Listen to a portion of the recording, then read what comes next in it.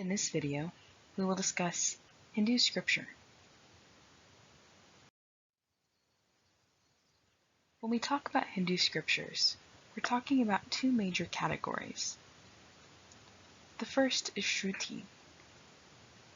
Shruti literally means heard in Sanskrit. Shruti texts are those that are believed to have been directly passed down from the deities, or in some cases from gurus or significant teachers in the tradition.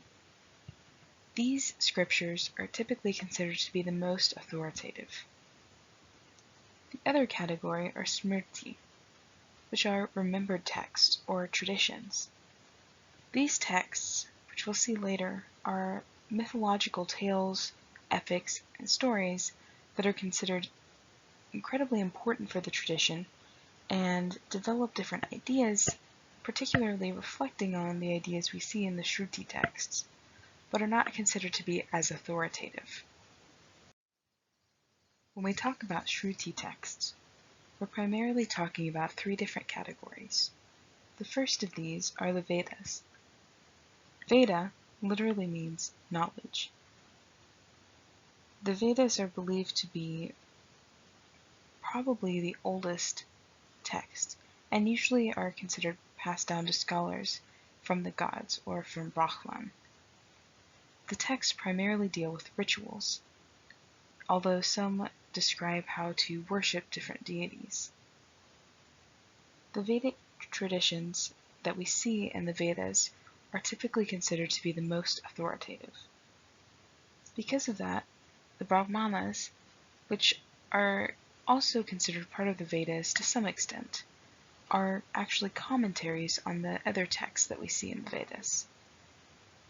These are also considered to be part of the Shruti tradition and are considered highly authoritative by most Hindus.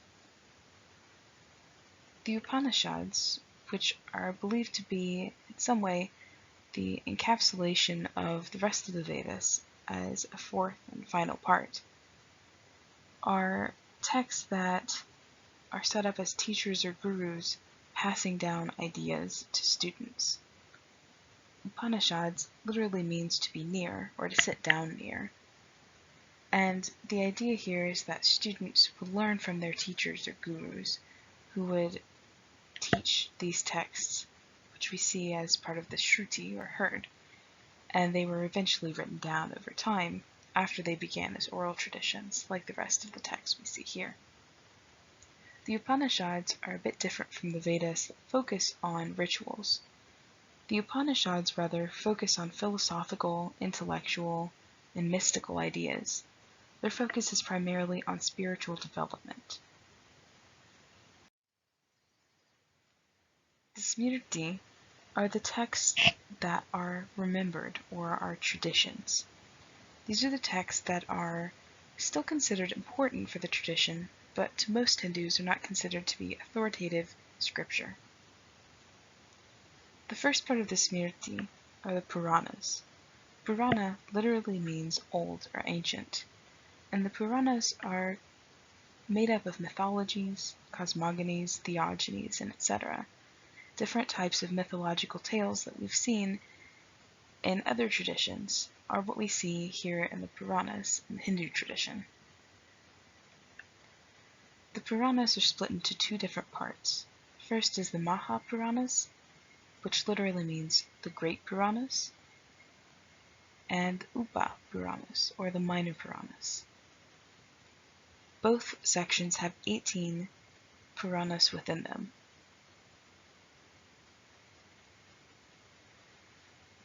There are some other parts of the Smriti, but the other primary part that we see is the epics. We'll talk about two different epics that are essential for understanding the Hindu tradition, particularly as it's lived out through the centuries. The first of these epics is the Ramayana.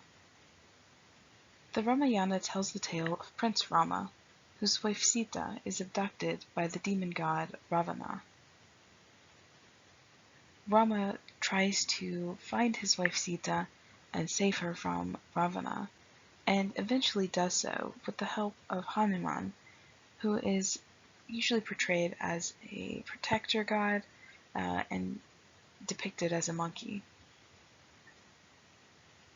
While the Ramayana is considered to be an important epic, primarily because of how it deals with Rama as a hero who follows his dharma, we see the Mahabharata is typically considered to be the most important of the epics. The Mahabharata is more than likely the longest epic or poem that we have in any literature in the world.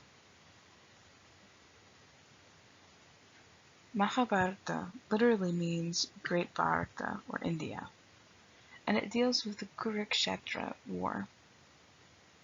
This war is a war between two families who are part of one larger royal family, the Pandavas and the Kauravas.